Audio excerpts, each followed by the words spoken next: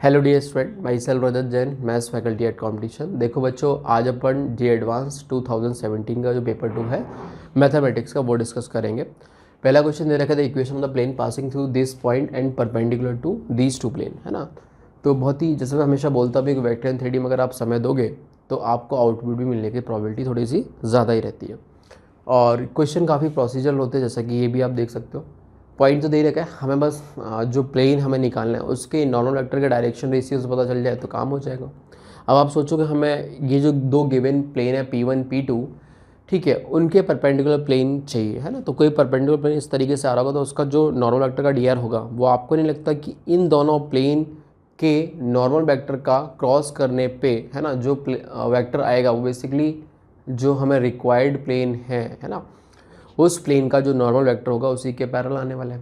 ठीक है, इस तरह की चीज़ें आप 3D में थोड़ा सा विजुलाइज कर सकते हैं। कॉपी के 2 पेज ले लिए, है ना, और N1 N2 दिखा दिया, क्रॉस किया, फिर जो आएगा बेसिकली उसी कोई भी एक परपेंडिकुलर प्लेन जो तुम्हें चाहिए, है ना, उसके पैरेलल ही हो जाएगा उसके नॉर्मल वेक्टर के, है ना। तो बहुत ही सिंपल सा है। तो देखो dr के लिए हमने क्या किया, N1 वेक्टर इन टॉस N2 वेक्टर ये कर लिया और I J K, राइट। तो इधर से कितना है 2 1 -2, इधर से कितना है 3 -6 और -2। पहली वाली रो के अबाउट इस डिटरमिनेंट को ओपन कर लेते हैं। तो आई कैप ये गया माइनस का 2 माइनस का 12 माइनस का 14, माइनस का जे कैप ये गया माइनस का 4 और प्लस का 6, बिल्कुल, प्लस के कैप ये गया माइनस का 12 और माइनस का 3, तो माइनस का 15। ठीक है, तो कुल मिला के देखें तो -14i और -2j और माइनस का 15k। तो हमारे पास उस प्लेन का नॉर्मल वेक्टर के डायरेक्शन रेशियोज आ चुके हैं, है ना। हम अगर प्लेन की इक्वेशन लिखे तो हम ऐसे लिख सकते हैं माइनस का 14 इंटू एक्स माइनस 1, ठीक है, माइनस का 2 इंटू वाई माइनस 1, माइनस का 15 into Z minus 1, this is equal to 0। अच्छा, सभी जगह माइनस माइनस है तो कॉमन लेके उड़ा दो, है ना, और ये आ जाएगा कितना 14x प्लस का 2y प्लस का 15z, है ना, -14 -2, तो -14 -2 मिलकर -16 हो गया, तो माइनस का 31, दिस इज इक्वल टू 0। तो ये बनेगा, है ना। और ये आप देख सकते हो मैच हो रहा है आपका सी ऑप्शन, है ना। तो सी आंसर इसका बन जाएगा 14x plus 2y plus 15z is equal to 31। ठीक है, इजी। देखिए बोला है हमें कि let O be the origin and P Q R be an arbitrary constant, sorry arbitrary triangle, ठीक है। Then the point S is such that O P dot O Q plus O R dot O S, इस तरीके से इन्होंने एक relation बना के दे रखा है। Then the triangle P Q R has S as its, है ना, और ओ ओरिजिन है, ठीक है। तो अगर मैं बेसिकली ये जो पी क्यू आर ट्राइंगल है तो इसके पोजीशन वेक्टर कोई भी ट्राइंगल मान लो है इस तरीके से, ठीक है, और पी का मैं स्मॉल पी पोजीशन वेक्टर बोल देता हूँ, क्यू का मैं स्मॉल क्यू बोल देता हूँ, एंड आर का मैं स्मॉल आर बोल देता हूँ। और जो कैपिटल एस पॉइंट की बात करें इसको स्मॉल एस से अपन ऐसे पोजीशन वेक्टर दिखा दिए। अभी मेरे पास अगर मैं इन दोनों को इक्वेट करता हूँ तो देखो मेरे पास ये क्या लिखा हुआ है, या पूरी इक्वेशन को चाहे तो आप दोबारा से पोजीशन वेक्टर के फॉर्म में लिख दो। तो ये बनेगा, देखो कितना, P dot Q plus R dot S vector is equal to R vector plus, sorry, dot P vector plus Q vector dot S vector is equal to Q vector plus, sorry, dot R vector plus P vector dot S vector. अब एक बार इन दोनों को एक तरफ लेके आओ, है ना, मतलब इन दोनों को इक्वल करके अपन अलग से डील कर रहे हैं, है ना। फिर एक बार इनको इक्वल करेंगे, फिर एक बार इनको इक्वल करेंगे, यही कार्यक्रम चलता है, आप बताइए। हाँ, तो लेट से कि इन दोनों को इक्वल किया तो P dot Q vector plus R dot S vector, this is equal to R dot P vector plus Q dot S vector. ठीक है, अब एक काम कर लेते हैं, LH राइट हैंड वाले को लेफ्ट साइड लेके आ जाते हैं, और जैसा कि आप देख रहे हो R R इसमें है तो इसको इसके साथ रखेंगे और इसको इसके साथ रख लेते हैं। तो ये देखो P डॉट Q है और इसमें भी Q है, तो P minus S vector dot with Q vector ऐसे लिख सकते हैं, है ना। A डॉट B लिखो, B डॉट A सेम ही होता है, तो हम इसको चाहें तो q डॉट पी लिख दिया, और या इसको हमने s डॉट क्यू लिख दिया, ठीक है ना, और इधर लेके आए तो ऐसा हो गया। ऐसे ही यहाँ पे हम लिख सकते हैं r dot S minus P vector, this is equal to 0। ठीक है भाई। अच्छा, और एक काम करा हमने यहाँ से s minus P vector common निकाला, या p माइनस एस कुछ भी कॉमन निकाला, p minus S vector common निकाला, तो अंदर कितना बनेगा q vector minus s vector is equal to 0 का डॉट। ये बनेगा नहीं बनेगा? बिल्कुल बनेगा। ज़रा थोड़ा दिमाग लगाओ और सोचो, है ना। इसको हमने पलट माइनस कॉमन ले लिया, जिससे कि p minus S vector common निकल पाए, तो ये चीज़ बनी। अब जो p माइनस एस वैक्टर है बेसिकली वो क्या होगा, है ना, देख लो, p माइनस एस वैक्टर और q माइनस आर क्या होगा, बेसिकली ये होगा q माइनस आर, ठीक है, फाइनल माइनस इनिशियल, है ना। तो ये तो क्यू आर वैक्टर हो गया, ठीक है। और ये हमारे पास कितना बनेगा, पी एस वैक्टर, और इनका डॉट प्रोडक्ट जो है वो 0 आ रहा है। अब सोचो क्या हो रहा है कि बेसिकली ये क्यू आर है ना, ठीक है, और कोई पी एस है, ठीक है, कोई भी पॉइंट है एस कहीं पे भी हो सकता है, तो वो जो वेक्टर आ रहा है वो इसके एक तरीके से परपेंडिकुलर हो गया, ठीक है, वो एक तरीके से इसके परपेंडिकुलर हो चुका है। अच्छा, दूसरी बात, सिमिलरली हम और भी चीज़ें निकाल सकते हैं, जैसे कि P S dot Q R निकाला है। अब क्या करते हैं, हम इसको इसके बराबर करते हैं, फिर वही वाली बात, q इधर से कॉमन निकलता है, एस माइनस बनता है, इधर से p कॉमन निकलता है, एस माइनस आर बनता, ठीक है। तो बेसिकली अगर मैं इन जनरल बोलूँ तो देखो क्या आने वाला, आप भी समझता रहो, क्यू आर की जगह एक बार हम कुछ और ले लेंगे, है ना, सिमिट्री से पी आर आ जाएगा, लेट से पी आर आ गया, ठीक है। तो जब पी आर को हम यूज़ कर रहे होंगे तो एक क्यू फ्री हो जाएगा और एक एस फ्री हो जाएगा, तो वो कुछ क्यू एस वेक्टर का डॉट आ जाएगा, वो भी 0 आने वाला है। ऐसे ही अभी हमने पी आर लिया, अब हम पी क्यू ले लेते हैं, पी क्यू ले लोगे तो बचा कौन, आर, तो आर एस वेक्टर बन जाएगा, ठीक है। तो इस तरीके से ये तीनों चीज़ें अपनी आ जाएगी। अब आप सोचो कि भाई ये तो सब साइड है ना, क्यू आर हो गया, पी आर हो गया, पी क्यू है, ये तो सब साइड है, बट हमारे पास सामने वाले वर्टेक्स जो बच जा रहा है, उस वर्टेक्स से उस पॉइंट को ज्वाइन करने वाले जो वेक्टर है ना, उन दोनों का डॉट प्रोडक्ट 0, तो ऑब्वियस ये बात है कि ये और ये परपेंडिकुलर होंगे, है ना। P S is perpendicular to Q R, ठीक है, and Q S is perpendicular to P R, और तुम्हारे पास क्या बोलते हैं, R S is perpendicular to P Q. तो यहाँ से एकदम क्लियर कट है चीज़ें कि अगर इस तरीके से है तो ऑब्वियस सी बात है कि हमारे पास क्या बोलते हैं, ये ऑर्थो सेंटर ही होगा। कौन सा पॉइंट ऑर्थो सेंटर होगा, एस जो पॉइंट है हमारा, है ना, वो ऑर्थो सेंटर होगा। समझ में आया, ये हमारा ऑर्थो सेंटर होगा, बस ये आंसर आ जाएगा अपना ortho centre.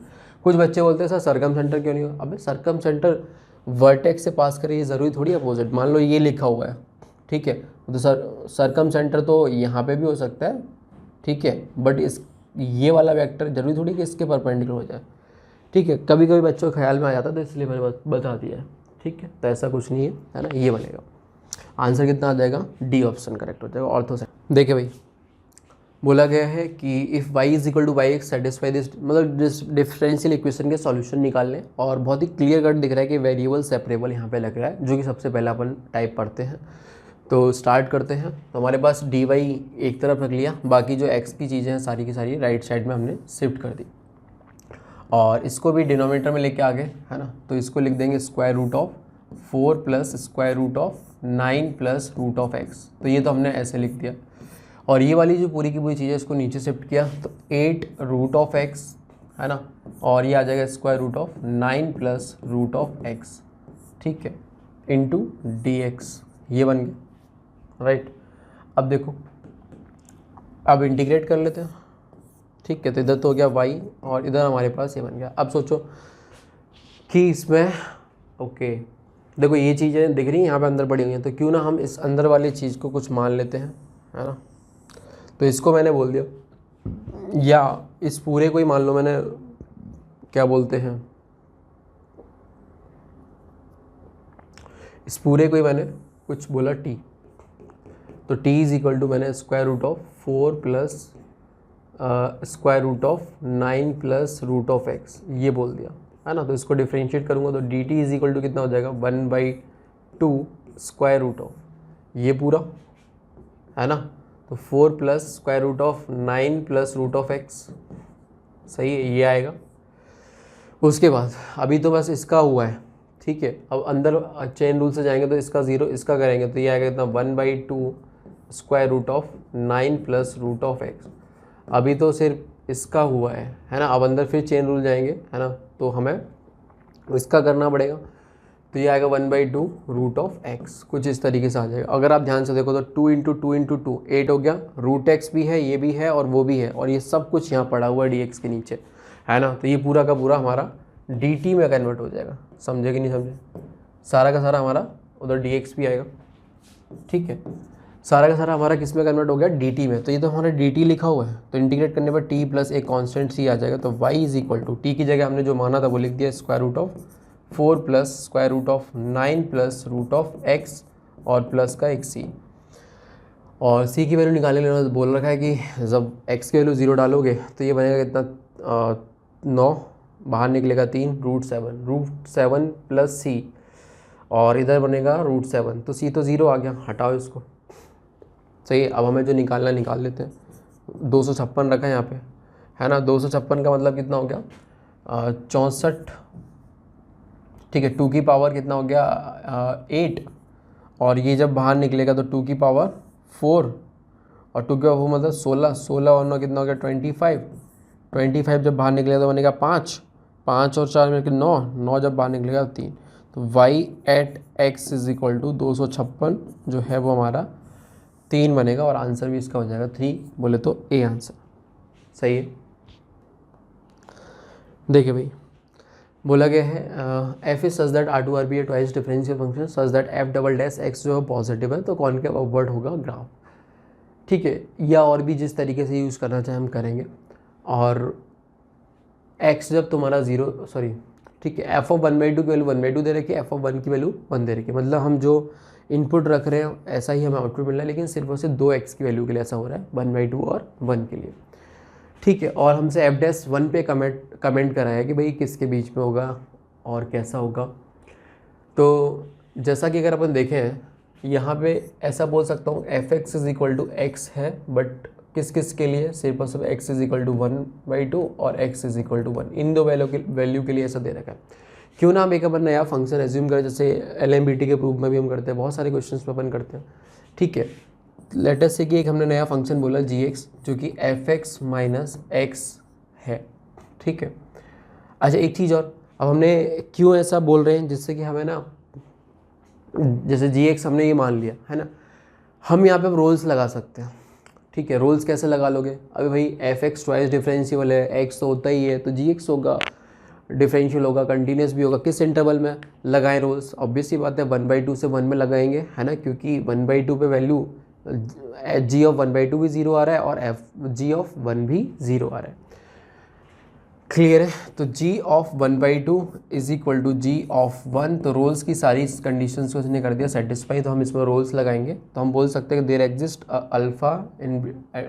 At least 1 alpha in between 1/2 से 1, जिसके लिए g डैश अल्फा 0 होगा, और अल्फा का एटलीस्ट है ना, ये सब तो पता ही है, अल्फा बिलोंगिंग टू 1/2 से 1 इनके बीच में, तो g डैश अल्फा 0 होगा। मतलब हम अगर इसको डिफ्रेंशिएट करेंगे तो g dash x is equal to कितना आएगा f डैश x माइनस 1, और g डैश जैसे ही x is equal to alpha डालूंगा तो यहाँ से ये तो 0 होना ही है, रोल्स बोलता है ऐसा, तो यहाँ से मैं बोल सकता हूँ f डैश ऑफ अल्फा जो है वो 1 के इक्वल आ गया, clear.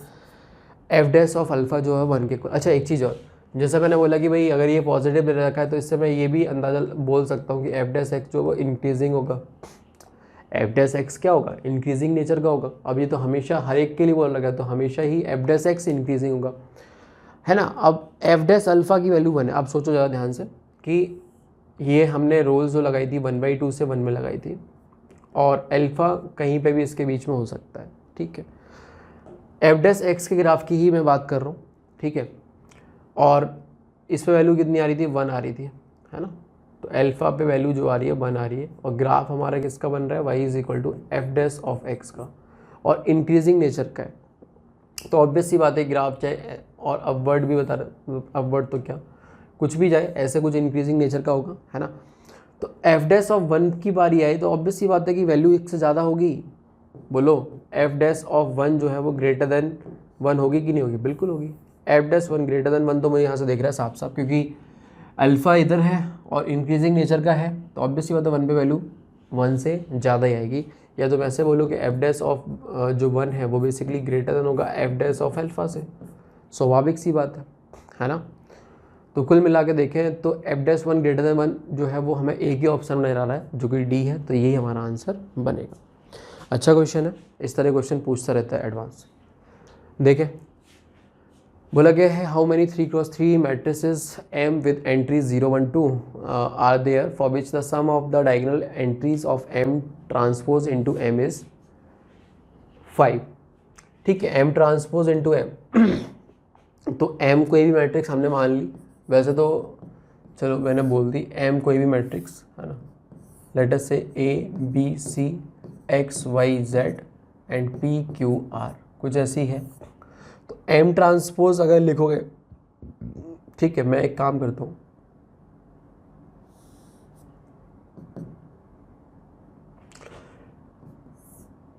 M transpose into M मैं डायरेक्टली ये लिख रहा हूँ है ना। मैं एम को अब ये मान लेता हूँ a b c x y z, कोई फ़र्क नहीं पड़ता, वो तो अपन को बस बताना है क्या होने वाला है। ठीक है, तो जब मल्टीप्लाई आप करोगे है ना, तो देखो क्या होगा। डायगोनल की अगर मैं बात करूँ तो डायगोनल के लिए देखो A11 A22 A33 ये चाहिए होगा है ना। तो पहली रो पहला कॉलम, तो आपको देखो इधर मिलेगा सिग्मा ऑफ ए स्क्वायर। ठीक है, इस वाले एलिमेंट के लिए आपको चाहिए होगा दूसरी रो दूसरा कॉलम, तो जब इसको करोगे तो आएगा sigma of x square. Sigma x square का मतलब समझ रहे हो, x square plus y square plus z square, यहाँ से आएगा सिग्मा ऑफ पी स्क्वायर। तो ये कुछ इस तरीके से बनेगा। तो ये डायगोनल के बारे में चर्चा कर रहे थे, मैंने ये लिख दिया। अब इनका सम जो है वो 5 होना चाहिए। कैसे कैसे हो सकता है ज़रा सोचो, x square plus y square plus z square, total 9 term है अपने पास है ना, और a square plus b square plus c square plus x square plus y square plus z square plus p square plus q square plus r square, और इसका सम मिला के 5 होना चाहिए। और जो एंट्रीज मतलब a b c p Q r है ना, एक्स वाई जेड जो भी है वो सब के सब इससे बिलोंग करेंगे 1 2 0। इन एलिमेंट से ही कोई वैल्यू ले सकता है। सम कैसे 5 होगा, आप खुद ही समझदार हो, बताओ है ना कैसे हो सकता है। एक तो ये हो जाए कि कोई भी 5 वैल्यू मतलब कौन सी 5 वैल्यू, मतलब कोई भी ए बी सी में x y z p Q r में कोई भी 5 जो है ना 1 1 1 सारे के सारे 1 हो जाए, सारे के सारे 5 कोई भी। अब वो कोई भी 5 1 होने के लिए ये भी हो सकता है, ये भी हो सकता है, ये भी हो सकता है, ये भी हो सकता है ना, 4 हो गया और ये हो गया। बाकी सबको क्या होना पड़ेगा, 0 होना पड़ेगा, बाकी सबको 0 होना पड़ेगा। मतलब आपको सारे केसेस बना के देखने हैं। तो टोटल ऐसे कितने कॉम्बिनेशन बन सकती है, तो वन ऑफ द कॉम्बिनेशन मैंने लिखा है ना। कोई भी 5 जो है वो 1 वैल्यू ले ले, क्योंकि स्क्वायर भी करोगे तब भी 1 ही रहेगा। तो 9 में से कोई से भी 5 मैंने चुन लिया और उन सभी को 1 असाइन कर दिया। ठीक है भाई, उन सभी को 1 असाइन कर, बाकी रिमेनिंग को 0 देना उस एक ही तरीका है। तो 9C5 तरीके हो गए है ना। अच्छा, और क्या पॉसिबिलिटी बन सकती है कि मान लो मेरा मन किया कि अब मैं ना 1 नहीं 2 को भी इन्वॉल्व, देखो 0 और 1 को लेते हुए तो यही हो सकता था, टोटल 9C5 मैट्रिक्स बन सकती है ना। लेकिन अगर मैं बोलूँ कि यार अब मुझे 2 को भी इन्वॉल्व करना है, तो 2 को मैं ज़्यादा से ज़्यादा एक बार ही इन्वॉल्व कर सकता हूँ। अगर 2 बार इन्वॉल्व कर दिया तो 2 का स्क्वायर 4, 2 का स्क्वायर 4, 4 दूनी 8 सम हो जाएगा, जो कि ऑब्वियसली बात है क्रॉस कर जाएगा, और नेगेटिव तो कुछ है ही नहीं है ना। तो मैक्सिमम मैं 2 को एक ही बार यूज़ कर सकता हूँ है ना। अच्छा, 2 जो है वो एक बार यूज़ हो सकता है, और उसके बाद क्योंकि इवन बन जाएगा सम, 2 का स्क्वायर 4 करोगे और एक और जोड़ना है तो एक किसी को भी हमें देना पड़ेगा, बाकी सारे के सारे हमें 0 ही लेने पड़ेंगे, 7 zeros। समझ में आया। तो बहुत ही सिंपल सी कहानी है, 2 1 और 7 0। तो देखो मेरे पास 2 पड़ा है, 1 पड़ा है, बाकी 7 0 पड़े, मैंने दिमाग में पिक्चर बना ली। अब कोई भी दो 9 में से कोई भी से भी 2 आ जाएं और उनको मैं क्या बोलते हैं 2 और 1 असाइन कर देता हूँ और रिमेनिंग को मैं 0 दे दूँगा।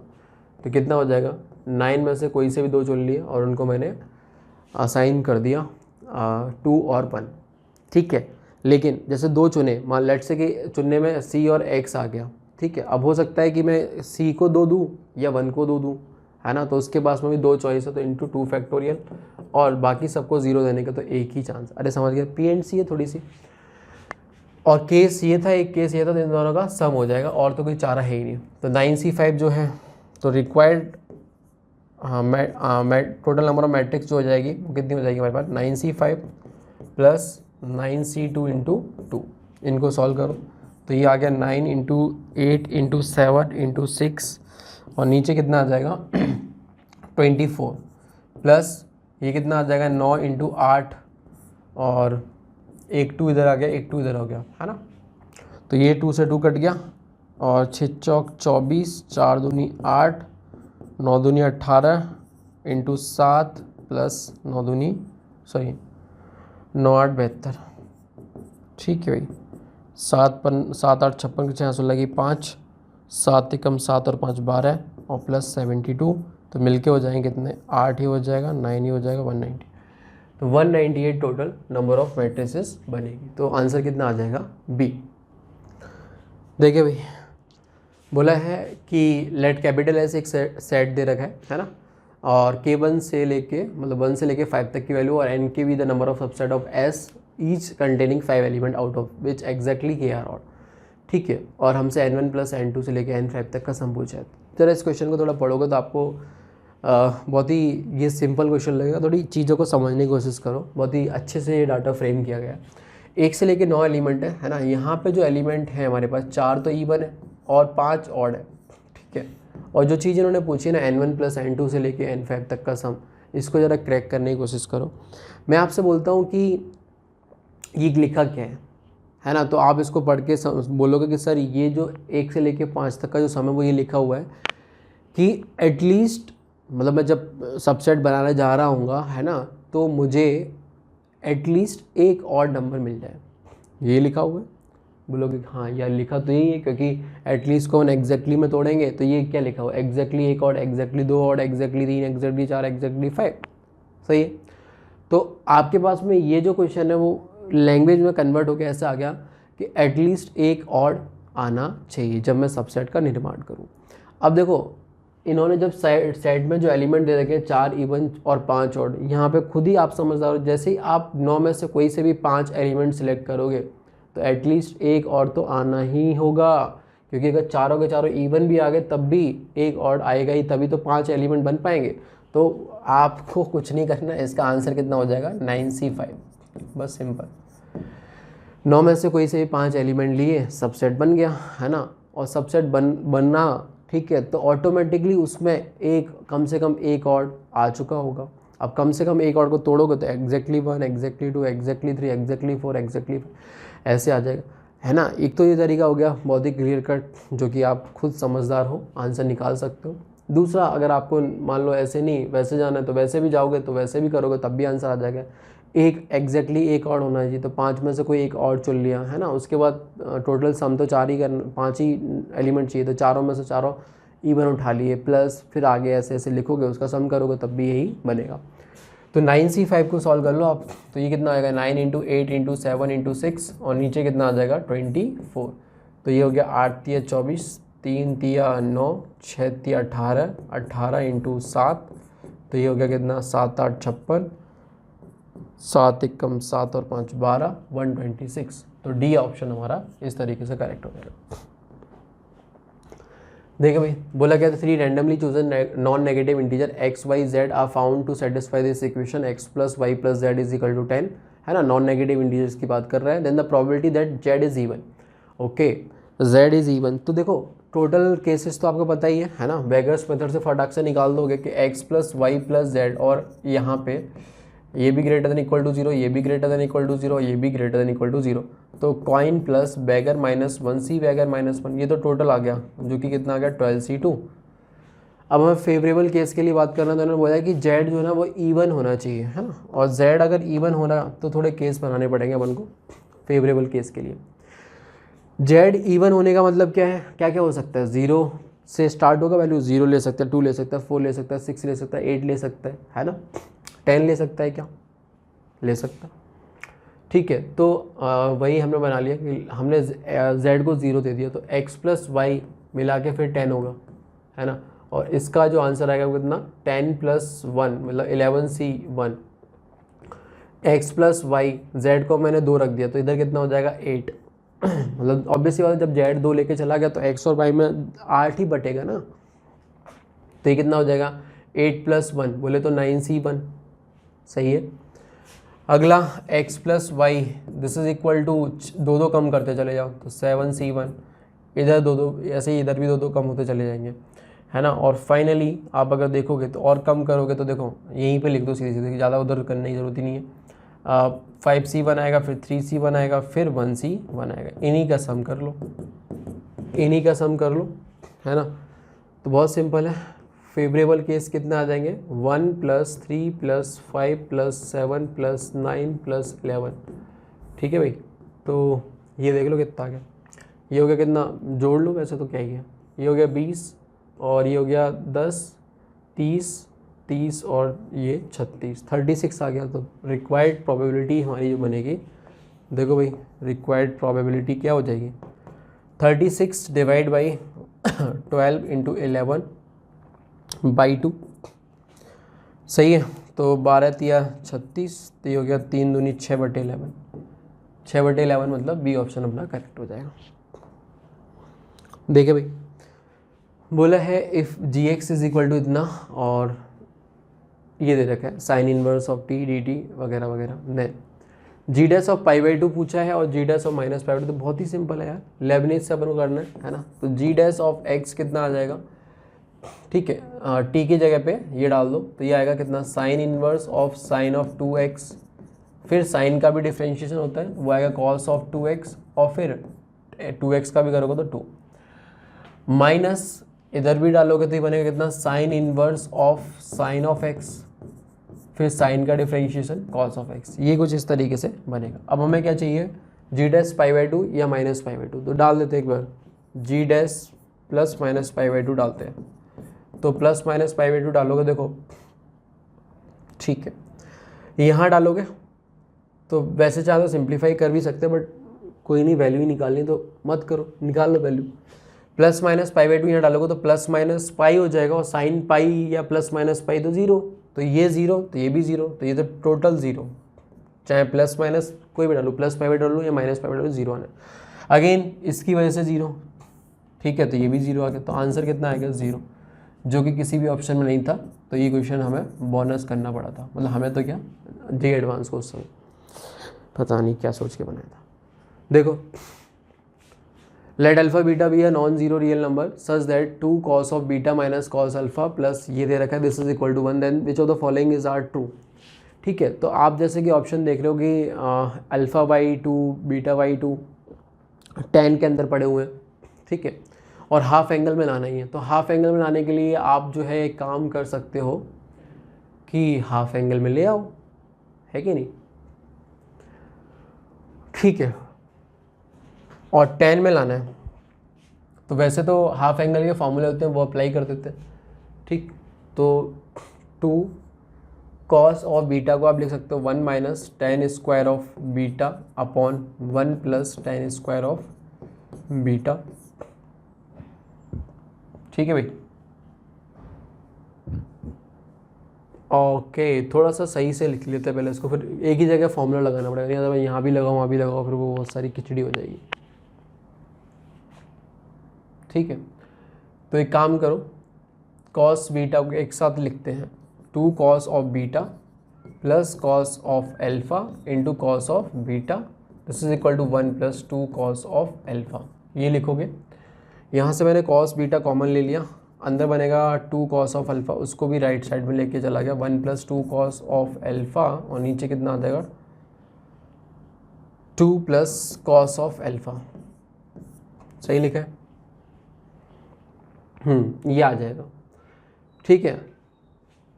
अच्छा, आप फॉर्मूले लगाएं फिर भी यहाँ पे लगाना पड़ेगा, वैसे लगा सकते कोई दिक्कत नहीं है, या फिर कुछ कंपोनेंट और डिविडेंड ऐसा कुछ बन जाए तो बढ़िया है।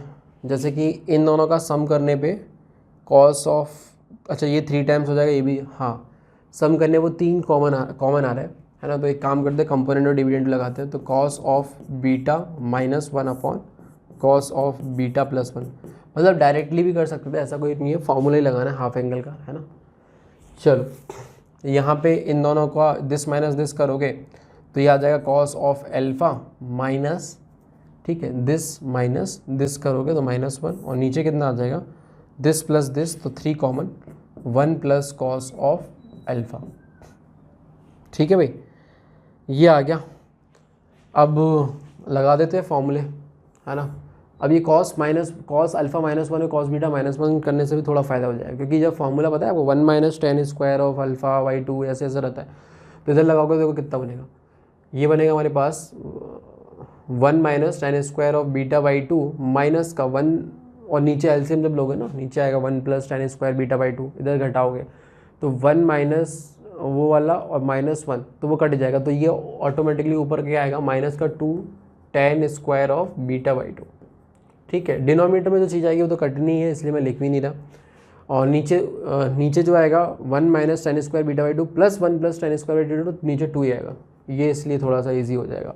बिल्कुल यहाँ पे लिखोगे अगेन वही सेम सिनेरियो है, जैसा यहाँ है वैसा यहाँ है। तो यहाँ पे भी कितना आएगा -2 tan square of alpha by 2। ठीक है, मैं और नीचे एक 3 है वो पड़ा हुआ है, और ये वाला जो बनेगा जैसा वहाँ बना था 2 वैसा ही यहाँ आ जाएगा। तो ये बहुत सिंपल हो गया, अदरवाइज़ बहुत कैलकुलेशन होने वाली थी।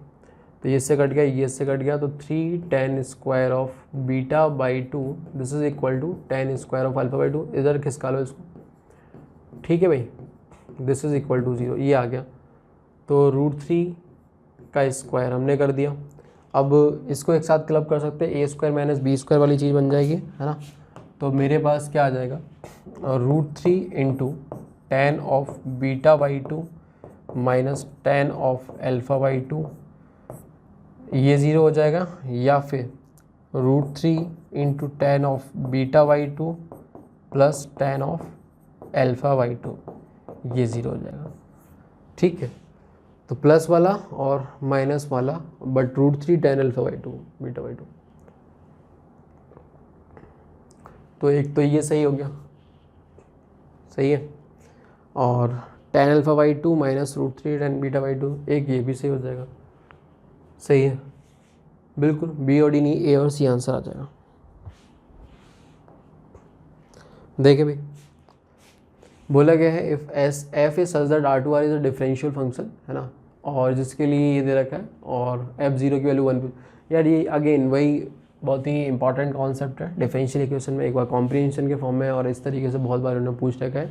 e⁻x से मल्टीप्लाई करना पड़ता है, और वो कैसे हम सोचते हैं, है ना, कभी -x से कभी जो भी करना पड़े वो अपन करते हैं।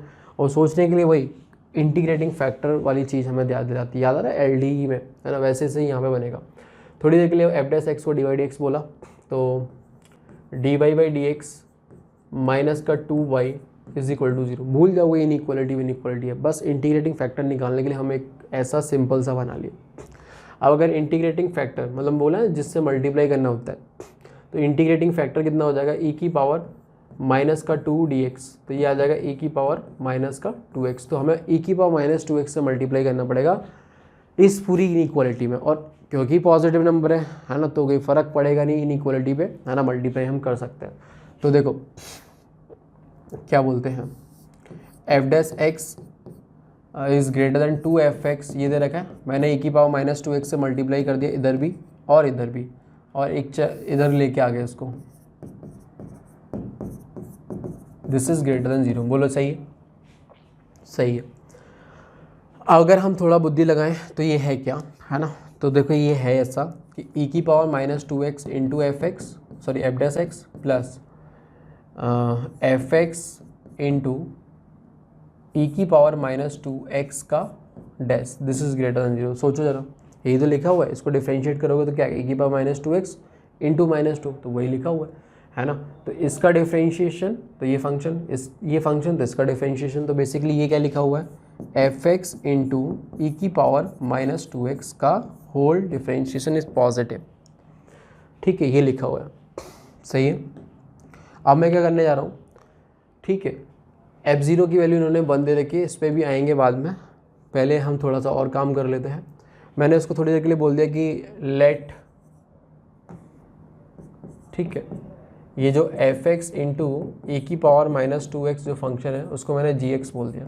तो बेसिकली यहाँ से मुझे ये पता चला कि जी डैश एक्स ग्रेटर देन 0 है ना। जी डैश एक्स अगर ग्रेटर देन 0 है इसका मतलब जी एक्स इंक्रीजिंग है, ठीक है। इसका मतलब क्या है कि जी एक्स जो है वो इंक्रीजिंग है, सही है। अच्छा, और हमसे इन्होंने एफ एक्स इज इंक्रीजिंग ये सब पूछा है, तो बिल्कुल अभी बता देते हैं। F x increasing, F x decreasing, F x is greater then ये वो। देखो यार, जी एक्स इंक्रीजिंग है ना। जैसे मान लो मैं इस इंटरवल को पकड़ता हूँ, मुझे अभी इन पे बाद में आएंगे, पहले मैं इन और बी और डी, सी और डी ऑप्शन में बात करने आता हूँ। तो मेरे पास एक्स इंटरवल हो गया कौन सा, 0 से infinity, for x belonging to 0 से इन्फिनिटी। हमने क्या बोला कि जी एक्स इंक्रीजिंग है ना, और वो सभी एक्स के लिए, तो सभी एक्स के लिए इंक्रीजिंग है, तो इसके लिए भी तो हो गया होगा, है ना। तो मैं बोल सकता हूँ कि भाई जी ऑफ, यहाँ तक मैं कैसे पहुँचूँगा, है ना, वो सोचना है मेरे को। वो देखो मुझे एफ ऑफ 0 की वैल्यू दे रखी है, ठीक है। तो जी ऑफ एक्स जो है, ऑब्वियस सी बात है, अगर मैं कोई भी एक्स इस इंटरवल से उठा रहा हूँ तो वो ऐसे लिख लेता हूँ, एक्स इज़ ग्रेटर देन 0 और जी एक्स इंक्रीजिंग है, तो बेटा जी लेने पे इनइक्वालिटी का साइन भी चेंज नहीं होगा, है ना। तो जी एक्स मेरे पास कितना मैंने माना था एफ एक्स इंटू ए की पावर माइनस का 2x, this is greater than g of 0। G of 0 का मतलब कितना हो गया, एफ ऑफ 0 जो कि 1 है इंटू ए की पावर 0 जो कि 1 है, तो ये 1 आ गया।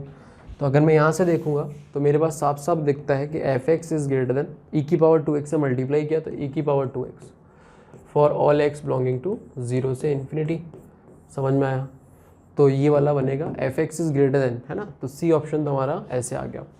उसके बाद f dash x is less than e की पावर 2x इन 0 से इन्फिनिटी। यार एफ डैश एक्स के बारे में अगर हमें बात करनी है तो वो भी हम कर सकते हैं क्या, बिल्कुल कर सकते हैं। देखो, क्योंकि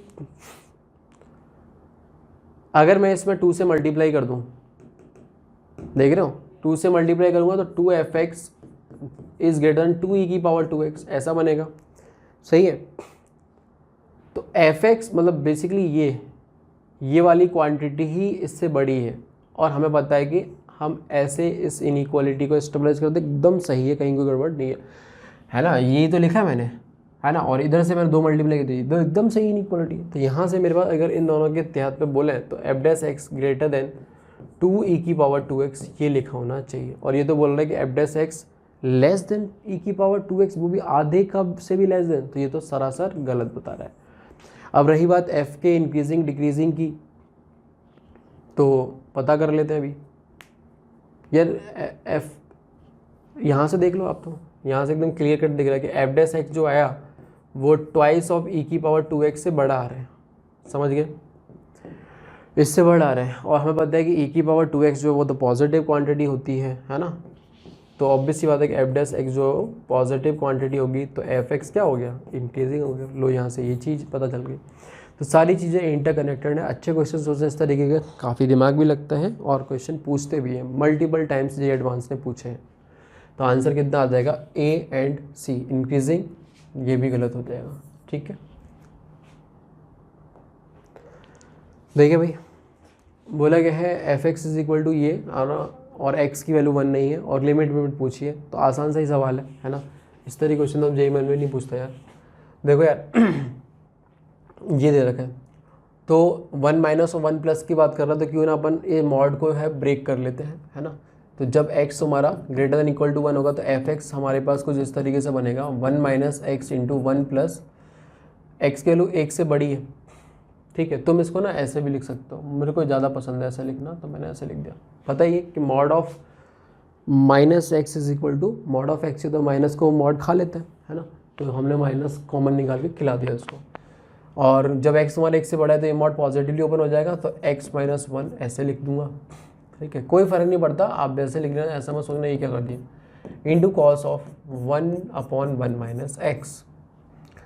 तो बेटा ये इससे कट गया और ये आएगा 1 माइनस एक्स स्क्वायर, ठीक है। उसको लिखूंगा 1 minus x into 1 plus x, तो 1 प्लस एक्स तो ये आएगा, जो 1 माइनस एक्स था वो इससे कटेगा और एक माइनस छोड़ के जाएगा और ये ऐसा कुछ आ जाएगा, कॉस ऑफ 1/1 माइनस एक्स।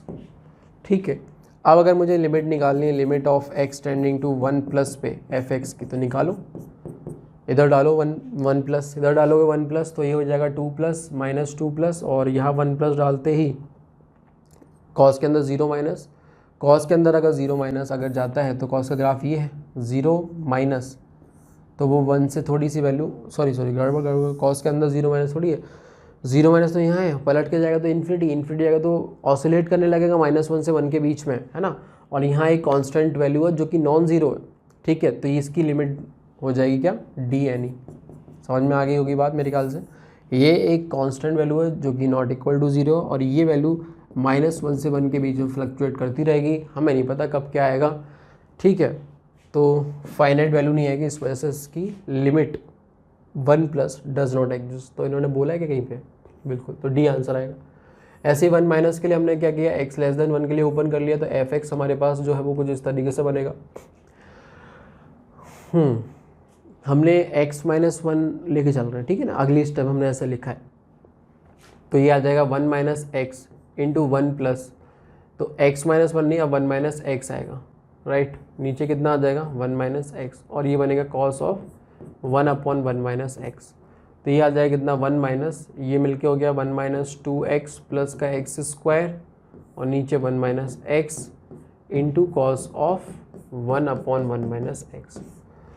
ठीक है, तो देखो ये तो ऊपर साफ साफ x-1 का होल स्क्वायर या 1 माइनस एक्स का होल स्क्वायर लिख सकते हो, तो ये 1 माइनस एक्स ही बचेगा, एक फैक्टर उड़ा दिया, एक कट, अरे समझे, ये लिख दिया 1 माइनस एक्स का होल स्क्वायर, एक कट गया और ये बच गया, into cos of 1/1 minus x. ठीक है, तो ये मेरा एफ एक्स बना, और लिमिट मुझे निकालनी है x टेंडिंग टू 1 माइनस पे एफ एक्स की, तो 1 माइनस पे ये 0 को जाएगा, है ना, और ये अगेन ऑसिलेट करेगा, तो बट ये 0 को जाएगा ना, तो ओवरऑल वैल्यू जो है वो 0 को टेंड कर जाएगी, तो ये 0 चला जाएगा, तो 1 माइनस पे जो है वो 0 आ जाएगा, तो आंसर A एंड D बनेगा। देखिए भाई, बोला गया है एफ एक्स ऐसा दे रखा है, और पूछा गया है कि ये होगा वो होगा, है ना, ठीक है। तो सबसे पहले तो स्टेटमेंट को ओपन कर लिया जाए, है ना, और ओपन कर लेते हैं, ऐसा घबराने की बात नहीं, कहीं ना कहीं अंदर फॉर्मूले बनने लगते हैं जनरली, है ना, बहुत बार तो ऐसा ही होता है कि फॉर्मूले बन जाते हैं, आई होप कि अभी भी बनेंगे। तो ओपन कर लेते हैं पहली रो के अबाउट, है ना, F dash x, sorry F dash x नहीं, एफ एक्स, डैश तो निकाल नहीं सकते क्योंकि हर एक में वेरिएबल चल रहा है, एक आध रो में एक आध कॉलम में होता तो बात सोचते भी। तो देखो ओपन कर रहे हैं अपन, है ना, तो कॉस ऑफ 2x इंटू ये गया cos square x plus sine square x 1 हो गया, तो 1 इंटू ये आया माइनस का कॉस ऑफ 2x, ठीक है, ये गया, तो ये आएगा माइनस का कॉस स्क्वायर एक्स और प्लस का साइन स्क्वायर एक्स, तो माइनस कॉमन लेने के बाद इधर हो गया, तो इधर बनेगा cos square x minus sine square x, उसको मैं लिखूंगा कॉस 2x हो जाएगा कॉस स्क्वायर ऑफ 2x, बोलो सही बात है, प्लस साइन ऑफ 2x, ये गया माइनस का sine x into cos x, minus का sine x into cos x, तो माइनस का 2 साइन एक्स कॉस एक्स, तो माइनस का साइन 2x, तो वो माइनस इधर आएगा, है ना, और साइन स्क्वायर एक्स हो जाएगा, बोलो सही है।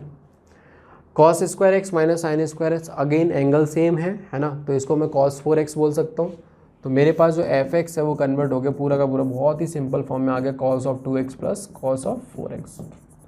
ठीक है, अब मैं कर सकता हूँ जो करना चाहूँ, f dash x equal to 0 at exactly 3 point in -1 pi से पाई, चलो डिफ्रेंशिएट किया, तो एफ डैश एक्स कितना आ जाएगा, माइनस का साइन ऑफ 2x इंटू 2, तो माइनस इधर भी आएगा, कॉमन निकाल दिया, या चलो बाद में निकाल देंगे, माइनस का 2 साइन ऑफ 2x ये आ गया, माइनस का 4 साइन ऑफ 4x ये आ जाएगा, सही बात है, -2 कॉमन ले लिया, sign 2x plus 2 sign 4x, और साइन 2x है तो उसको भी हाफ एंगल में तोड़ देते हैं, तो ये बनेगा कितना, 2 ऑलरेडी था, एक और 2 आएगा, तो 4 हो जाएगा 4 sine of 2x into cos of 2x। यहाँ से मैंने कॉमन ले लिया, किसको कॉमन ले लिया, साइन 2x को, अंदर कितना बनेगा 4 cos of 2x + 1 this is equal to 0। बोलो सही लिखा है मैंने यार? ठीक है, ठीक है, सही है, ये बन जाएगा, है ना।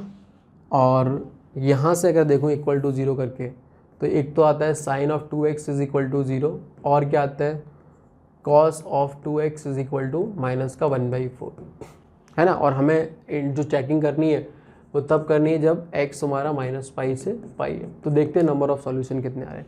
यहाँ से तो साफ साफ है कि भाई 2x is equal to nπ, ठीक है। तो x is equal to nπ/2, तो क्या क्या हो सकता है, 0 हो सकता है, π/2 + -π/2, ठीक है। इनके अलावा और कोई नहीं होगा, है ना, क्योंकि n की वैल्यू +1 -1 डालने पे और 0 डालने वैल्यू मिली, n की वैल्यू 2 डालूंगा तो 2π/2 पाई मिलेगा, जो कि ऑफकोर्स नहीं लेना है। तो 3 वैल्यूज़ तो यहाँ से मिल गई। अच्छा, ये स्वाभाविक है कि जो भी सॉल्यूशन यहाँ से आएंगे वो इनके साथ कॉन्साइड तो नहीं करेंगे, है ना, क्योंकि 0 डालने पे वैल्यू 1 बनेगी और +-π/2 डालने पे -1 बनेगी, जो कि -1/4 से एकदम अलग है, ठीक है। तो इधर से कितने सॉल्यूशन आएंगे ये भी चेक कर लेते हैं। देखो cos 2x का ग्राफ बनाए, ग्राफ बना दो, वैसे भी बहुत सारे तरीके चेक करने के,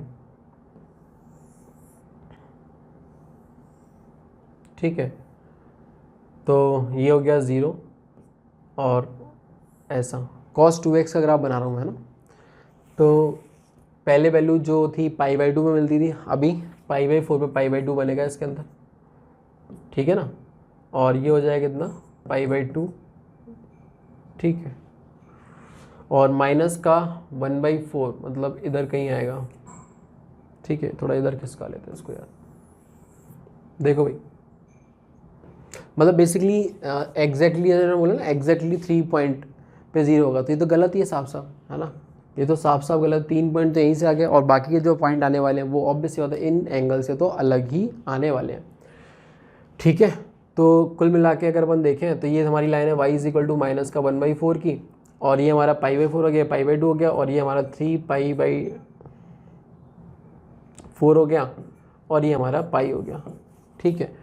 अगेन क्योंकि इवन फंक्शन होता है तो जितने सॉल्यूशन इधर आएंगे उसके 2 गुने हम लिख देने, है ना। तो हमें इतना लोड ही नहीं लेना, तो हमने तो 0 से पाई में देख लिया और वो 2 सॉल्यूशन दे रहा है, तो 2 इधर आएंगे, ऐसे ही 2 ये आ रहे हैं, तो टोटल 4 सॉल्यूशन इधर से और आएंगे, और मिला के कितने हो जाएंगे, 7 सॉल्यूशन, ठीक है। f' 0 होने के, तो ये बोला है मोर देन 3 पॉइंट, तो एकदम सही है।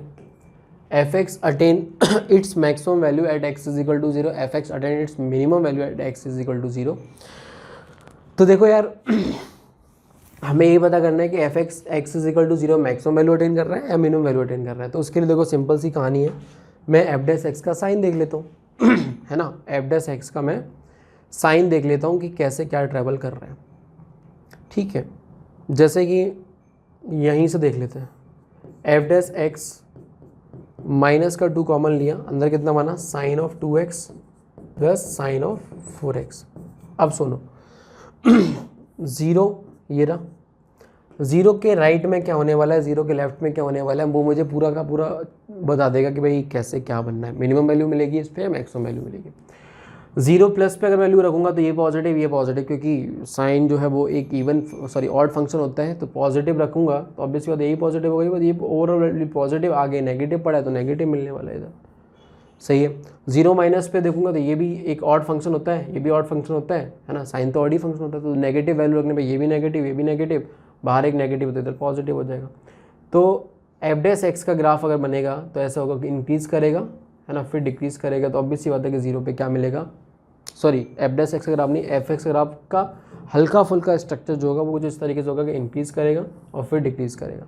तो ऑब्वियसली बात है x इज इक्वल टू 0 पे क्या मिलेगा मेरे को, मैक्सिमम मिलेगा, तो अटेन एट 0, तो B और C इसका आंसर बनेगा।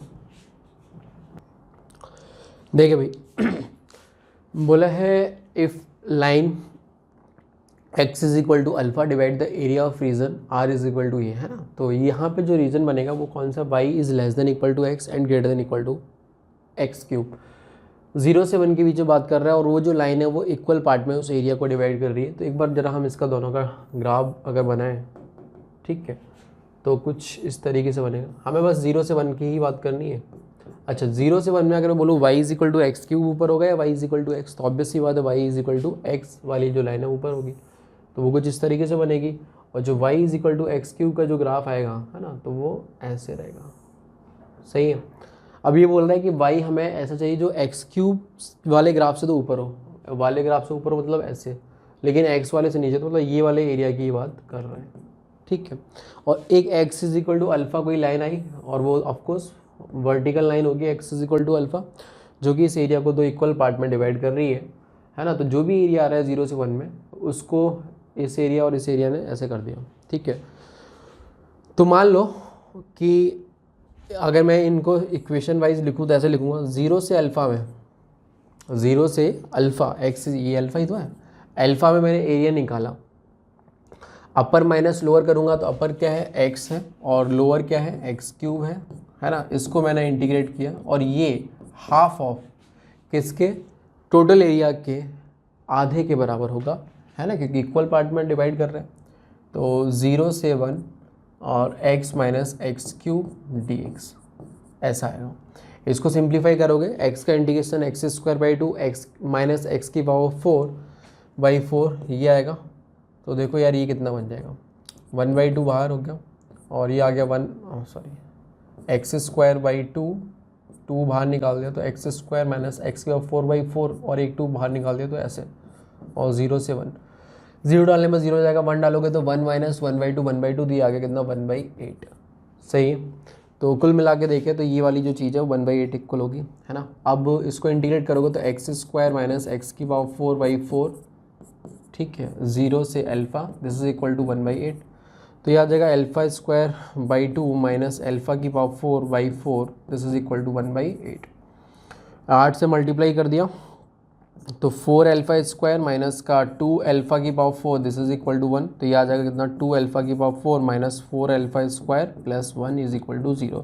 तो ये हमारा 4 डिग्री की पॉलिनोमियल इक्वेशन बनेगी। और ये देख सकते हो आप, बिल्कुल ये सी वाला करेक्ट हो जाएगा। ठीक है। सी और डी में से तो सी करेक्ट हो जाएगा। ए और बी में हमें देखना है कि अल्फ़ा 0 से 1/2 के बीच में होगा या 1/2 से इसके बीच में होगा। ठीक है। तो वैसे एक तरीका तो ये भी है कि हम 0 से 1/2 में एरिया निकाल लेते हैं, है ना, और फिर देख लेते हैं उस हिसाब से। अगर मान लो एरिया 1/8 से कम आता है वैसे भी पता चल जाएगा। तो एक तो वो तरीका हो गया निकालना, मतलब बहुत सारे तरीके हैं। और एक ये है कि भाई अल्फ़ा स्क्वायर को टी मान के यहाँ से सॉल्व कर लो, ठीक है, टी में क्वाड्रेटिक बनेगी, वहाँ से वैल्यू निकालो, उसके बाद में फिर हम अल्फ़ा पे कमेंट करो। बहुत सारे तरीके हैं, है ना, कैसे भी कर सकते हो आप। ठीक है। मान लो अब मैंने जब एरिया की बात छेड़ी थी तो एरिया से करके दिखा, तो बाकी आप इसको अल्फ़ा स्क्वायर को टी मान के टी में क्वाड्रेटिक फिर दराचार से रूट निकाले और फिर टी की वैल्यू पता चल जाएगी तो अल्फ़ा की वैल्यू निकाल सकते हो। ठीक है। तो अंदाज़ा लगा ही सकते हो। बाकी अगर मैं मान लो मैंने 0 से 1/2 में एरिया निकाला x minus x cube by 3 dx, तो आपको पता ही यहाँ पे बस आपको क्या करना है, x square by 2 minus x की पावर 4/4 और 0 से 1/2 निकाला। तो 1/2 का स्क्वायर करोगे 1/4 तो ये हो गया 1/8। यहाँ कितना आ जाएगा समझ गए ना, इधर 2 की पावर टोटल आ जाएगा कितना 6, है ना।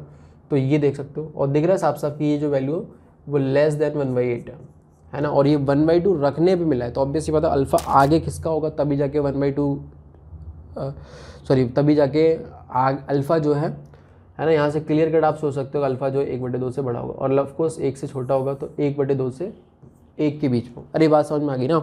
मैंने क्या किया समझे ना, 1/2 तक एरिया निकाल दिया 0 से 1/2 में, और क्योंकि आधा एरिया, टोटल एरिया तो आपका 1/4 है, उसका आधा एरिया जो आया तो 1/8 आया।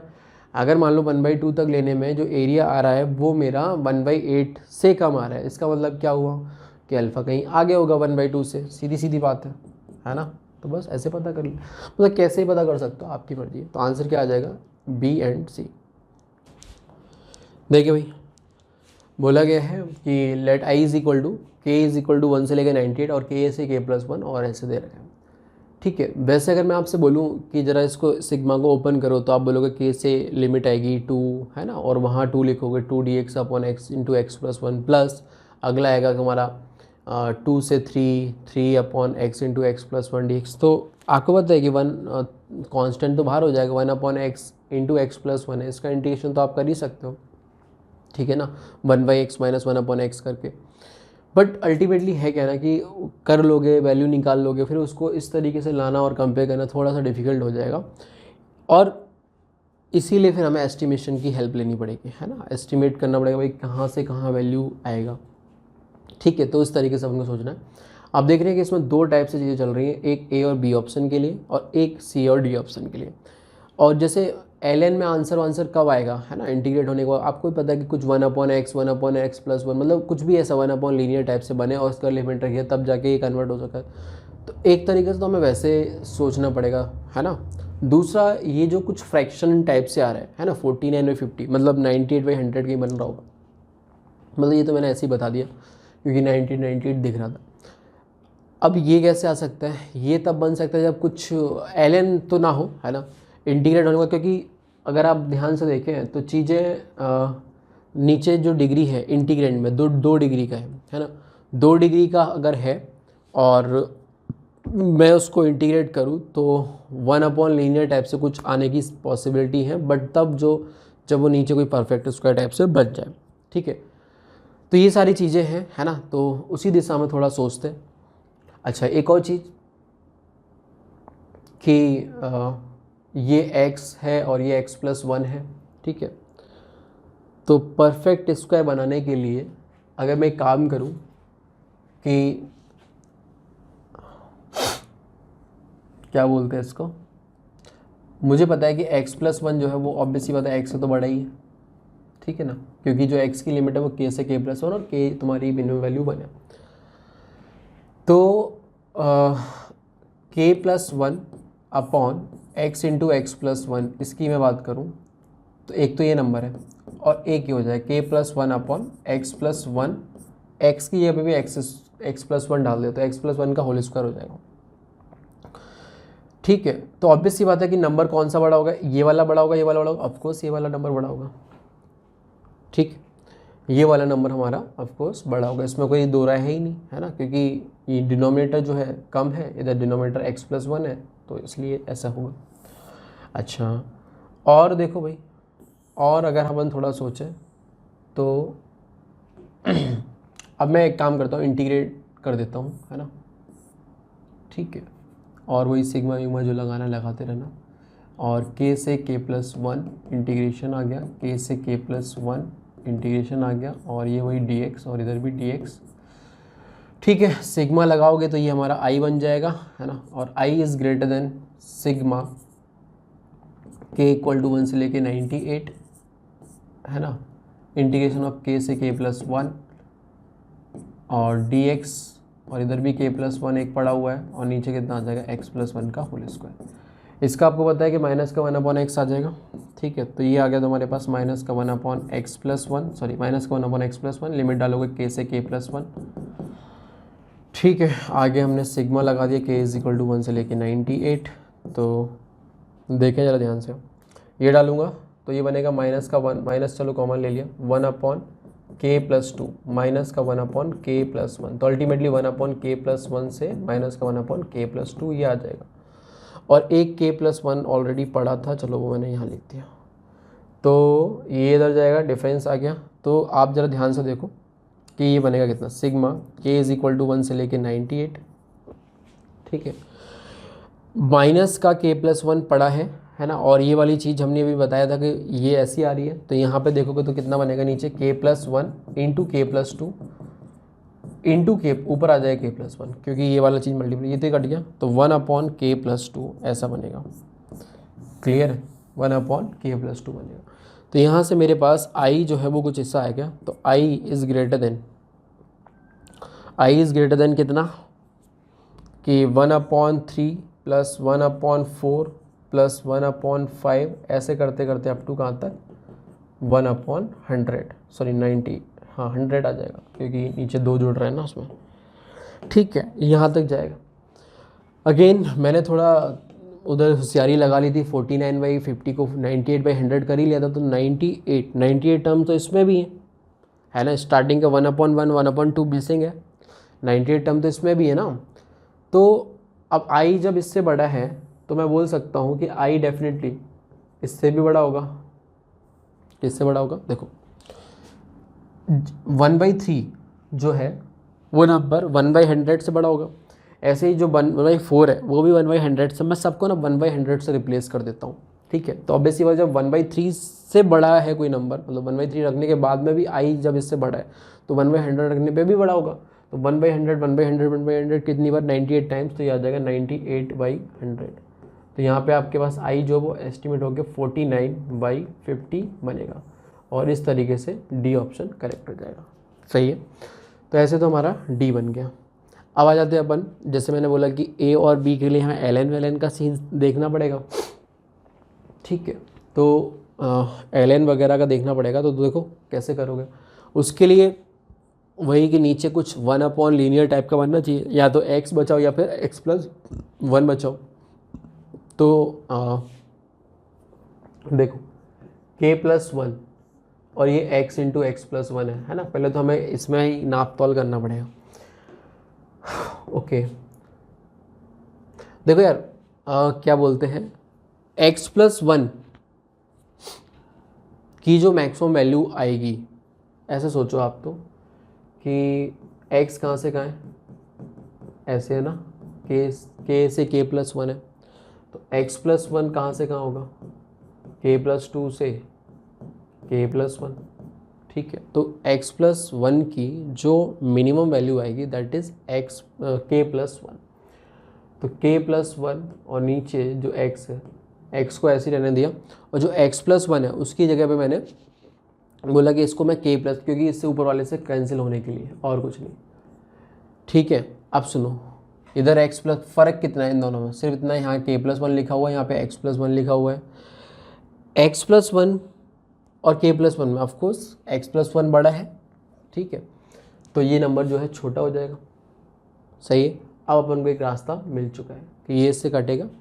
अच्छा, उसके बाद हमने वही इंटीग्रेशन वगैरह करा, dx लगाया, इधर भी लगाया, लिमिट लगाई k से k+1, है ना, सारी चीज़ें रीति रिवाज से करी, और यहाँ पे वो सिग्मा लगाया तो आई बन जाएगा ये, this is less than sigma k = 1 से लेके 98, है ना, और ये हमारा वही k से k+1, और ये आगे कितना dx/x, बोलो हो जाएगा, है ना। तो ये हो गया तुम्हारे पास सिग्मा k = 1 से लेके 98, ये आएगा ln x, और लिमिट रखोगे तो ln ऑफ k+1 / k, ये बनेगा, क्योंकि ln x तो आ गया, बट लिमिट रखोगे तो ln of k+1 minus ln of k, तो ln ऑफ k+1 / ये। अब वैल्यू डालोगे तो ln के अंदर देखो क्या क्या आने वाला है, k की वैल्यू 1 डाला तो बेटा ये बनेगा 2/1 प्लस 3/2, ऐसे आएगा। तो सभी को जब प्रॉपर्टी से मल्टीप्लाई करोगे तो ये आएगा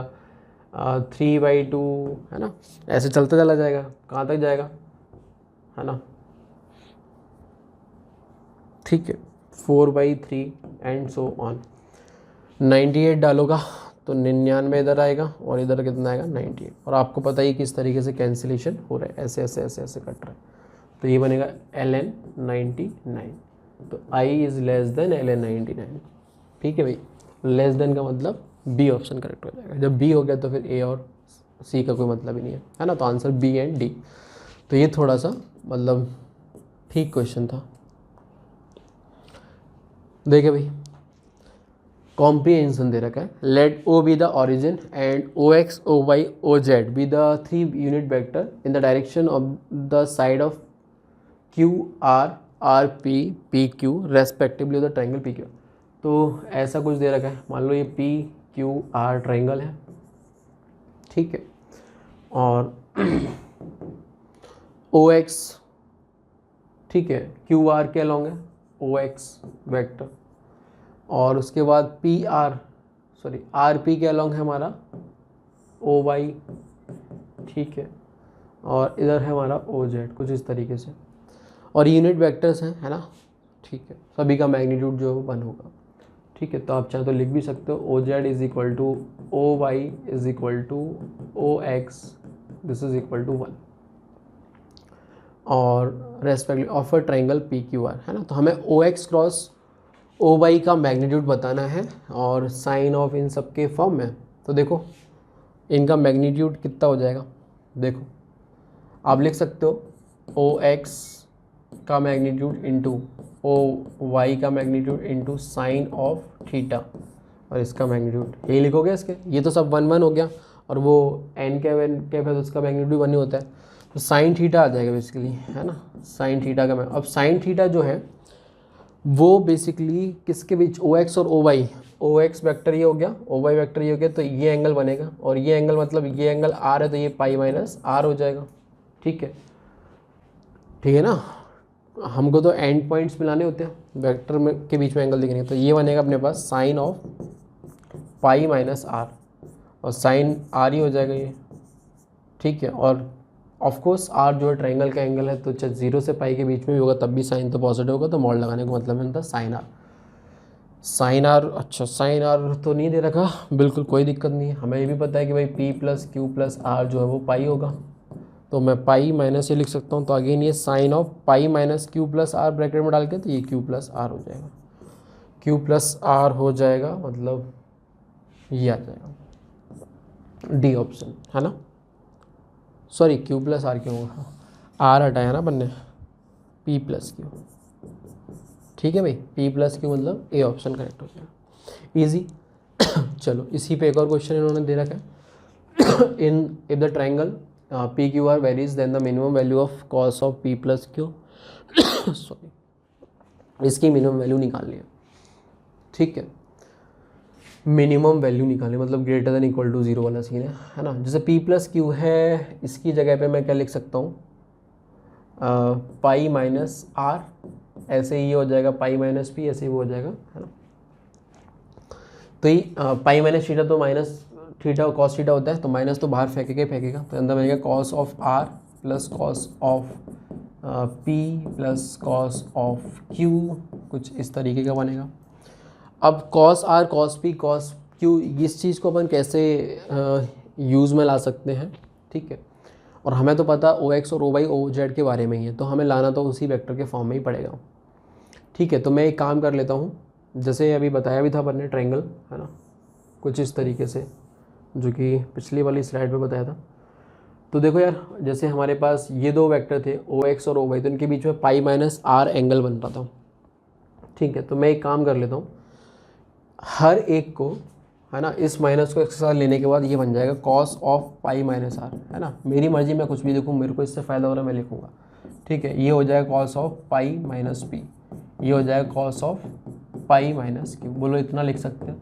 अब ये जो है एंगल एंगल एंगल, है ना, ये किसके बीच एंगल होंगे आपको पता है। ठीक है, जैसे कि पाई माइनस आर की बात करें, है ना, तो आर जो आया था वो ओ एक्स और ओ वाई के बीच में था, है ना। तो मैं यहाँ पे क्या लिख सकता हूँ, यहाँ पे मैं लिख सकता हूँ कितना, ओ एक्स डॉट ओ वाई, और नीचे कितना आ जाएगा ओ एक्स का मैग्नीट्यूड, और वो बट क्योंकि दोनों का मैग्नीट्यूड 1 1 है तो मैं लिखने की कोई आवश्यकता है ही नहीं। ऐसे ही इसकी जगह पे मैं क्या लिख सकता हूँ, पी है ना, तो O Y dot O Z, ऐसे यहाँ पे कितना लिख सकता हूँ, O X dot O Z. Clear है, ऐसे लिख लिया। तो मैंने अभी कुछ नहीं किया, बस इसी को मॉडिफाई करते करते यहाँ तक आ चुका हूँ। अब यहाँ पे इस तरीके से हो रहा है ना, तो मैं एक काम कर सकता हूँ, इसको मैं ऐसे लिख सकता हूँ, this is equal to, basically अब मैं, क्योंकि ये ओ एक्स डॉट ये सब बन रहा है, तो अपन यहाँ से लिख सकते हैं, जैसे कि मैं बोलता हूँ सिग्मा ऑफ ओ एक्स और इसका स्क्वायर, है ना, ये ग्रेटर देन इक्वल टू 0 होगा, मतलब एक इनइक्वालिटी तो स्टेबलाइज करनी होगी कि मिनिमम वैल्यू की बात हो रही है। ठीक है, अब इसको मैं तोड़ के ऐसे लिख सकता हूँ, सिग्मा ऑफ ओ एक्स के मैग्नीट्यूड का square plus twice of sigma of O X dot O Y, बोलो ये लिखा जा सकता है, this is greater than equal to 0, बिल्कुल लिखा जा सकता है। है ना, क्यों लिखा जा सकता है, समझ रहे हो, ये क्या है, ओ एक्स वैक्टर के मैग्नीट्यूड का square plus O Y vector के मैग्नीट्यूड का स्क्वायर, ये हमारा O X into O Y, है ना, ये वाली चीज़ पूरी की पूरी एक्सपेंड हो गई, ये बन जाएगी। तो यहाँ से ये हो गया, this is greater than equal to 0, सही। तो क्या बोलते हैं, ये चीज़ निकल सकती है sigma of O X into O Y है ना, this is greater than equal to minus का sigma of O X vector के मैग्नीट्यूड स्क्वायर बट्टे 2, सही है। और ये सुनो, हर एक के मैग्नीट्यूड का वैल्यू तो 1 ही है, तो ये ग्रेटर देन इक्वल टू कितना हो जाएगा, माइनस का 3/2। तो ये वाली जो वैल्यू है वो ग्रेटर देन इक्वल टू कितनी हो जाएगी, माइनस का 3/2। तो मिनिमम वैल्यू अगर मैं इसकी पूछता हूँ तो वो कितनी आ जाएगी, माइनस का 3/2। ये बात समझ में आ गई, मिनिमम वैल्यू कितनी आ जाएगी, माइनस का 3/2। और ये इक्वलिटी होल्ड कर सकती है क्या, है ना। इक्वलिटी होल्ड करने के लिए ये चीज़ ज़ीरो होनी चाहिए, ये ज़ीरो होने के लिए ये ज़ीरो होना, मतलब ये ओ एक्स ओ वाई ओ जेड ये ट्राइंगल की ही साइड से एकदम कॉन्साइड कर जाए तो हो सकता है, क्या दिक्कत है। हमें बताया थोड़ी कि भाई पी क्यू वाई जो ट्राइंगल है उसकी साइड का जो लेंथ है वो 1 नहीं हो सकता, हो तो सकता ही है ना। तो मिनिमम वैल्यू कितनी आ जाएगी, माइनस का 3/2। बी ऑप्शन करेक्ट हो जाएगा। देखिए भाई, बोला है कि let p q be integer and let alpha comma beta be the root of this equation, है ना। और ये है, मतलब इस तरह का, ये पहली बार शायद इस फॉर्मेट में क्वेश्चन जेई ने पूछा था 2017, उसके बाद तो फिर मेंस ने एडवांस ने भी काफ़ी बार पूछ चुका है, ठीक है। वो कोई फैक्ट भी बता रखा है, इस फैक्ट का यूज़ होगा, है ना, तो वो अपन करेंगे ही करेंगे। an कुछ इस तरीके से दे रखा है, तो हमसे पूछा a12 किसके बराबर होगा, है ना। तो बहुत ही सिंपल है, कैरेक्टरिस्टिक इक्वेशन का क्वेश्चन है ना। इसको अपन कन्वर्ट कर देंगे, एक्स स्क्वायर को रिप्लेस कर देते हैं, याद आ रहा है, an+2 से, और x को कर देंगे an+1 से, और जो 1 है उसको an से, तो this is equal to 0। Characteristic equation पूरा प्रूफ होता है बाकायदा, ठीक है। तो रिप्लेस करने के बाद ये बन जाएगा, तो यहाँ से मेरे पास an+2 is equal to an+1 plus an आ जाएगा। अब मुझे जो भी चाहिए निकाल सकते हो, a12 चाहिए और in the form of a11 और a10, तो बस n की वैल्यू मैंने 10 रख दी, तो ये आ जाएगा कितना, a12 is equal to a11 plus a10। ये सब पढ़ाते ही अब तो, है ना। तो a11 प्लस a10 जो कि आपका बी ऑप्शन करेक्ट हो जाएगा। तो बेहद आसान सवाल है ये वाला। तो अगले पे आते हैं, लास्ट ही सवाल है। इसमें बोला है कि इफ़ a4 की वैल्यू 28 दे दी तो p+2 क्यों बताना है ना। a4 की वैल्यू दे दी, a4 का मतलब क्या है कि a4 is equal to p into alpha की power 4 plus q into beta की पावर 4, ये दे दिया, और ये हमें 28 दे दिए। अब हमें p+2 क्यों निकालना है, तो अभी तो देखो काम ही करना पड़ेगा, है ना। अल्फ़ा बीटा इसी के रूट है, तो क्यों ना एक बार धराचार लगाया जाए। तो x कितना आएगा, -1 plus minus square root of b² minus 4ac divide by 2 है, ठीक है ना, सही है। ये आ जाएगा माइनस का b plus minus square root of b² minus का 4ac, ये आ गया। तो ये आ गया 1 प्लस माइनस √5/2, ठीक है, 1 प्लस माइनस √5/2 ऐसा आया। तो अच्छा, उससे पहले एक आध काम और कर सकते थे अपन, है ना। जैसे p इंटू अल्फ़ा की पावर 4 लिखा हुआ है, तो इसको मैं ऐसे लिख लेता कि अल्फ़ा इसका ही रूट है, तो alpha square is equal to कितना, α+1 होगा। ऐसे ही बीटा स्क्वायर जो है वो भी β+1 होगा, है ना। तो अल्फ़ा की पावर 4 जो है वो कितना आएगा, वो आएगा α+1 का होल स्क्वायर, दोनों तरफ स्क्वायरिंग करी तो ये कितना आएगा, α² plus 1 plus 2α। Again alpha square को फिर से मैं α+1 लिख देता हूँ, तो ये हो जाएगा कैसा, ऐसा 2α। तो ये आ गया कितना, 2 प्लस 3α, सही है, 2 प्लस 3। अच्छा, अल्फ़ा बीटा के बारे में उन्होंने कुछ नहीं बताया, है ना। कोई भी कुछ भी हो सकता है ना, छोटा बड़ा जो भी। अल्फ़ा बीटा इनमें से लेट से कि अल्फ़ा मैंने ये फिक्स कर दिया कि ये अल्फ़ा है, और बीटा फिर मैंने चलो इसको फिक्स कर दिया कि ये बीटा है, ठीक है। तो अल्फ़ा की पावर 4 बेसिकली मेरा कन्वर्ट होते होते होते ऐसा आ गया, है ना। और इसी को मैंने 2 प्लस 3 टाइम्स अल्फ़ा की वैल्यू मैंने जब वो फिक्स कर दी है तो वही रखूँगा अब, ठीक है। तो ये मेरे पास कितना बनेगा, 4 और 3 7 माइनस 3√5/2, ठीक है। तो अल्फ़ा की पावर 4 की जगह मैंने ये वैल्यू रखी, तो कितना आएगा बेटा, ये 7 माइनस 3√5/2 प्लस q इंटू, ऐसे ही सिमिलरली बीटा की पावर 4 निकालूंगा तो देखो क्या होगा, beta square is equal to β+1, तो बीटा की पावर 4 भी यहाँ पे रखना है बस बीटा की वैल्यू। तो इसकी जगह अब 1 प्लस √5/2 रख देते हैं, तो बीटा की power 4 this is equal to कितना आ जाएगा, 2 प्लस 3 √5 5/2, तो एलसीएम लोगे 7 + 3√5/2, तो ये आ जाएगा 7 + 3√5/2, दिस इज इक्वल टू 28। तो देखो यार यहाँ पे अब जैसे इन्होंने ये फैक्ट बताया ए बी आर रजिस्टर, वैसे तो हमें पता होता ही है ना, और इन्होंने एक चीज़ दिमाग में डाली है कि बच्चे को थोड़ी सी हेल्प हो जाए कि अगर ये ज़ीरो है ना, तो ए भी ज़ीरो होगा एंड बी भी ज़ीरो होगा। तो ऐसे से ही हमें यहाँ पे भी चीज़ें सीखनी है। तो देखो √5 के साथ में जो भी चीज़ है उसको अलग कलेक्ट कर लेते हैं और बाकी जो चीज़ें हैं उसको अलग कलेक्ट कर लेते हैं। तो हमारे पास ये आ जाएगा 7p + 7q/2, ठीक है, माइनस का 28 प्लस √5, और इसके साथ में कितना आ जाएगा माइनस का 3p/2, और इधर से कितना आ जाएगा प्लस का 3q/2, this is equal to 0। तो अब आप सोचो a + b times √5 equal to 0 आ गया, तो ये भी 0 होगा और ये भी 0 होगा, तो इसको 0 करोगे है ना, तो यहाँ से हमारे पास साफ साफ p और q बराबर हो जाएगा, ठीक है ना। दोनों को 0 करोगे मतलब इसको बराबर 0 करोगे तो यहाँ से आएगा p = q, p = q उठा के मैंने यहाँ रख दिया। तो देखो ये 7p और 7p, तो 14p/2 7p - 28, ये 0 होगा, तो यहाँ से p की वैल्यू कितनी आ जाएगी 4, p = 4 हो गया, और q भी तुम्हारा कितना हो जाएगा 4। तो इन्होंने पूछा था p प्लस ये, तो कितना आ गया 8 और 4 12, तो 12 का मतलब डी ऑप्शन करेक्ट हो जाएगा।